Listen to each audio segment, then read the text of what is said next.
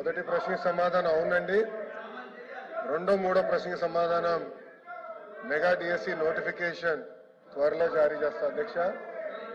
అధ్యక్ష, ప్రతిపక్ష పార్టీకి చెందిన నాయకులకి ఇక్కడ ఓపిక లేదు కనుక ఒక విషయం చాలా స్పష్టంగా చెప్పదలుచుకుని, ఎందుకంటే నిరుద్యోగ యువకులందరూ ఆశతో మమ్మల్ని చూస్తున్నారు. వాళ్ళందరికీ నేను సమాధానం చెప్పాల్సిన అవసరం ఉంది అధ్యక్ష. నిరుద్యోగం మీద ఆయన మాట్లాడుతున్నారు. కూర్చోండి, మీరు కూర్చొని వినండి. మినిస్టర్ డిఎస్సి విషయం నేను చెప్తున్నాను, మీరు ప్రశ్న సమాధానం చెప్తున్నారు. 1 మినిట్ సార్. ఇప్పుడు మీరు ఏదైతే నిరుద్యోగుల గురించి అడుగుతున్నారో దాని మీద కన్సర్న్ మినిస్టర్ గారు మాట్లాడుతుంటే మీరు కూర్చొని వినాలి కదా. వినాలి కదా అన్నాను. ఇప్పుడు మీకు ఏం కావాలి?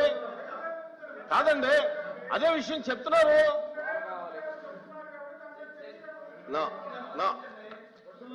అధ్యక్ష, డిఎస్సి అనేది మీరు ఒక్కసారి కానీ చూస్తే గత ప్రభుత్వం ఒక్కసారి కూడా 5 సంవత్సరాల్లో ఒక్క డిఎస్సి కూడా వేయలేదు. ఎందుకు వేయలేదో వాళ్ళు సమాధానం చెప్పాలి అధ్యక్ష. అధ్యక్ష, డిఎస్సి విషయంలో ఒకసారి చూస్తే అధ్యక్ష, ఉపాధ్యాయుల నియామకంలో ఇప్పటికీ 1994 నుంచి చూస్తే అధ్యక్ష 2,60,194 పోస్టులు భర్తీ చేశాం అధ్యక్ష.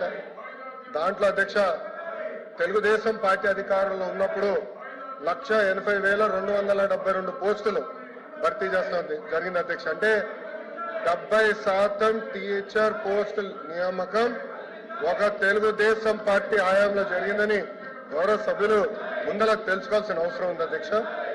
అధ్యక్ష, మీరు చూస్తే గౌరవ ముఖ్యమంత్రి గారు కానివ్వండి, నేను కూడా మంత్రిగా బాధ్యతలు స్వీకరించినప్పుడు డిఎస్సి పైన తొలి సంతకం పెడతాం జరిగింది అధ్యక్ష. దాంట్లో భాగంగా 2/7/24కి టెట్ నిర్వహిస్తాం జరిగింది. 4,27,000 మంది అప్లై చేశారు. దాంట్లో 3,68,000 మంది అపియర్ అయ్యారు. 1,87,000 మంది క్వాలిఫై అయ్యారు అధ్యక్ష. అధ్యక్ష, మీరు చూస్తే 3/10/24 నుంచి 21/10/24 వరకు టెట్ కూడా పూర్తి చేస్తాం జరిగింది అధ్యక్ష. 1 మ్యాన్ కమిషన్ రిపోర్ట్ త్వరలో రాబోతుందని మేము భావిస్తున్నాం అధ్యక్ష. ఎట్టి పరిస్థితుల్లో మార్చి నెలలో డిఎస్సి నోటిఫికేషన్ ఇచ్చే బాధ్యత మన ప్రభుత్వం తీసుకుంటుందని నిరుద్యోగ యువకులకి ఈ సభ సాక్షిగా నేను హామీ ఇస్తాం జరుగుతుంది అధ్యక్ష. అధ్యక్ష, విచిత్రం ఏంటంటే నాకు వేసిన 2 ప్రశ్నలు ప్రతిపక్ష పార్టీలు, కానీ వాళ్ళు వేసిన ప్రశ్నల మీద చర్చించడానికి సిద్ధంగా లేకపోతే నిజంగానే చాలా చాలా బాధాకరం. ఇప్పుడన్నా వాస్తవాలు తెలుసుకోవాలని గౌరవ సభ్యుల్ని కోరుతున్నా అధ్యక్ష.